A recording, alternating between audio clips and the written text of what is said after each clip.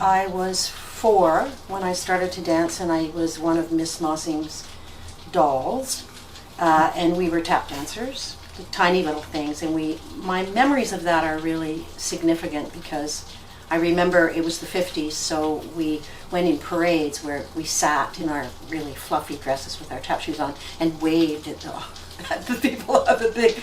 So that was fun, and then I realized at about 8 that if I wanted to dance, I wanted to do ballet. I just was crazy. I became crazy about ballet. So I went to Mara McBurney, who was a teacher in Vancouver for many people. She taught Lynn Seymour, actually. And that was a claim to fame. My mother was British, so she was like, wow, Lynn Seymour is in, London. So I did that, and then I decided I went to RWB as a scholarship student with Arnold Spohr. Got thrown out of there after 2 years because you become an older person and then you start doing really weird things like not turning up to rehearsals and stuff like that. And I was an understudy, so he had no patience. So I auditioned for Le Grand Ballet and I got in. And what I remember really was wonderful about him is that he came to see my debut performance all the way from Winnipeg to Sherbrooke to see it. Yeah.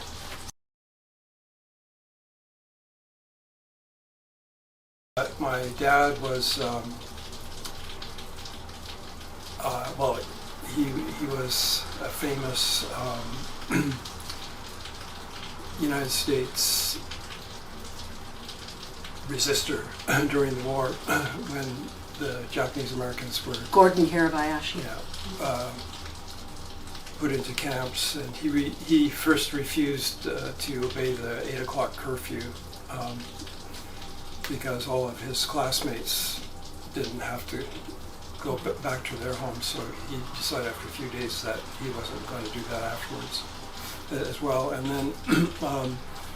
then when the orders came to go to camps, concentration camps, he refused that and turned himself into the FBI and ended up spending. It gets better. Yeah, he ended up spending a total of 2 years in prison.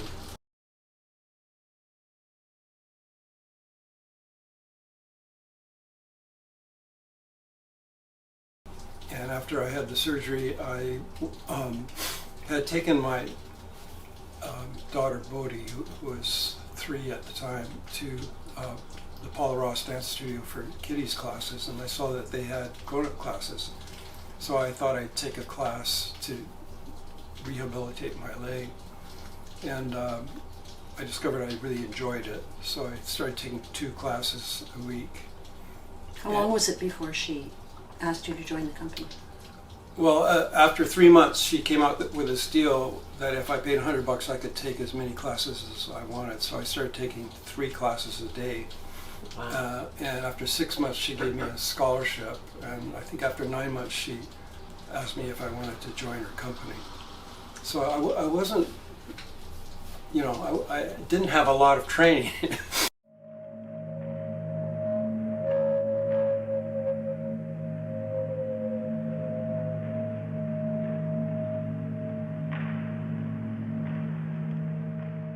Well, we moved in together, and then we had 3 kids, with multiple parents, fortunately. Because whenever we went on tour, we had parents to look after, and everybody loved each other somehow. Even though we started rehearsing at Western Front, which is a artist-run space, and it just happened that Jennifer Maskell and Peter Bingham and Peter Ryan, Lola Ryan now, and Lola McLaughlin and Ahmed Hassan also worked out of that space. So we ended up forming a collective called Eden, not Cheese. Experimental dancing music, and that we were there 4 years, and we did really kind of significantly. Our meetings were astonishingly long, is what I remember, because there were 7 people who had to have their say. The whole concept was that we would train each other, share our knowledge, and do all these works, and we did fantastic work. We did a whole piece that was Edom, called Edom Made, which we were kind of looking, and we just took over the Western Front and did performance outside in all the studios on the staircases. It was just It was 4 hours long. It was 4 hours long. We just kind of just opened up the clamshell of what you can do as an artist in terms of collaboration, and it was great while it lasted, but you know, these things always have an end. In 1980, we had gone we used to go see everything that came to Vancouver, and we saw this poster that said Ankoku Buto and Dance of Darkness, and Very appealing. yeah. It was. It was. So we went to see what it was, and so that was our first exposure to Buto, and it really changed our perspective of what dance could be. 1986, when we formed Kokoro, it took us really a long time to get funding because we were not doing ballet, we were not doing modern dance, we were not doing contemporary dance, we were doing Buto. And it was very hard for people in the dance community to assess us. They couldn't quite, it took a while before we could crack that nut. We worked, he cleaned a restaurant in the morning, then danced with Mountain Dance Theatre or whoever, and then at night he'd bartend. And I was looking after the kids, and on the weekends I cleaned restaurants. And we went out and cleaned office buildings. We just had to we had 4 kids by that time. Mm-hmm. Joe wasn't born until 90. No, he was born in 86, yeah. So we had 4 kids that we had to look after.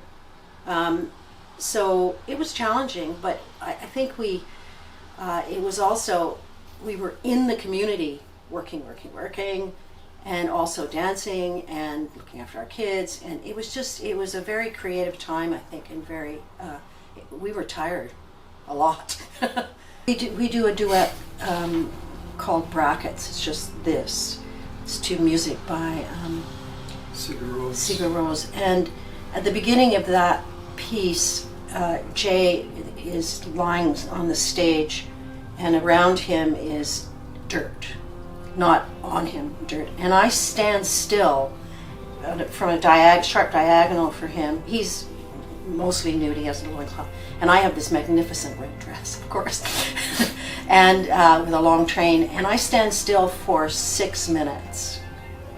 And when the first time we did it, the audience was like, because the power of that, just the stillness, and because what I do when I do that is I cycle through all my family, all the people I've lost, all my life experiences. I think about things, and I think it really translated. And when we did the talk back, this man said, "I have never seen anything so compelling," and you did nothing basically. But it was like really Buto, because it was the promise. It was this. It had integrity, because you could feel the energy coming off my body. And then I cover him up in dirt. So, and then I dance around, it's fantastic. So the femininity and masculinity in Buto is expressed always. And that was exciting for us to kind of deal with that. Although as soon as I shaved my head, everyone thought I was a man. He would talk for an hour in his class, and then he would say, get up and dance what I was talking about. Well, one significant one was he read a poem about the devil appearing in the form of a woman's menstrual flow, and the blood goes out looking, the devil blood goes out looking for beauty and finds it in the form of a white flower, and ends up beauty and evil end up being back to back from each other. And this poem said the source of love is that space between the flower and this blood metaphor. And so he said, get up and dance the source of love, right? And Impossible. yeah, but then he also said, don't imitate the way I dance, and don't use any technique. All these training things are, it's happened in contemporary dance as well, because you're always looking for some kind of authenticity that is you, but is open to what is coming from other people.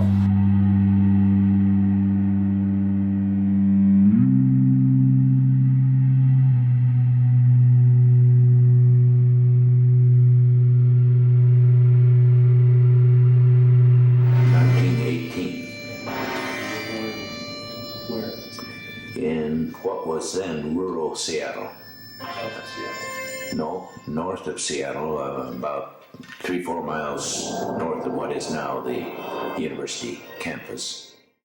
We performed whenever people asked us to perform, and because we were distinctively different, and because Butoh you can do anywhere and it doesn't require any specific kind of music, or it doesn't need music, we performed for a lot of fundraising things for the AIDS benefits and Dancers for Life. We also do a piece on Wreck Beach every year. Yeah. And is it 20? It'll be the 28th year. 28th year, which served to bring us into a community, nudists. We have people sign up every year who've never done it, and it's such I just know I love doing it myself, but it's just such an experience of Vancouver, of what it's like to work with a big group of people and to be painted white and go in the ocean. We learned a lot through these site-specific performances, and then because we performed at the folk festival, the jazz festival, at different rock festivals, we built a wider audience. So in that process, we learned that dance is really requires an ecological understanding, that there's all these different facets that you have to pay attention to if you're going to continue.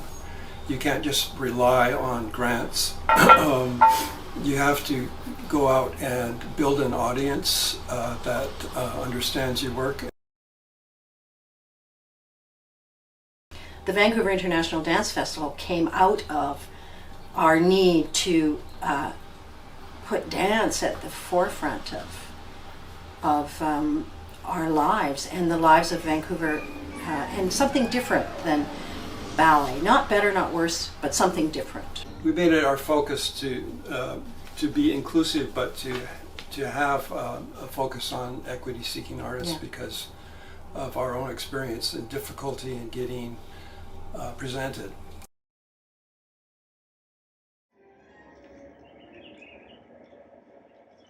We very rarely say no to anybody, which is kind of a wonderful thing. If we work with people to get them presented through the festival, and we try to hire as many dancers as we can, and we do Wreck Beach every year. We try to give back to the community that supports us, and it's it's not perfect, but it's been a life.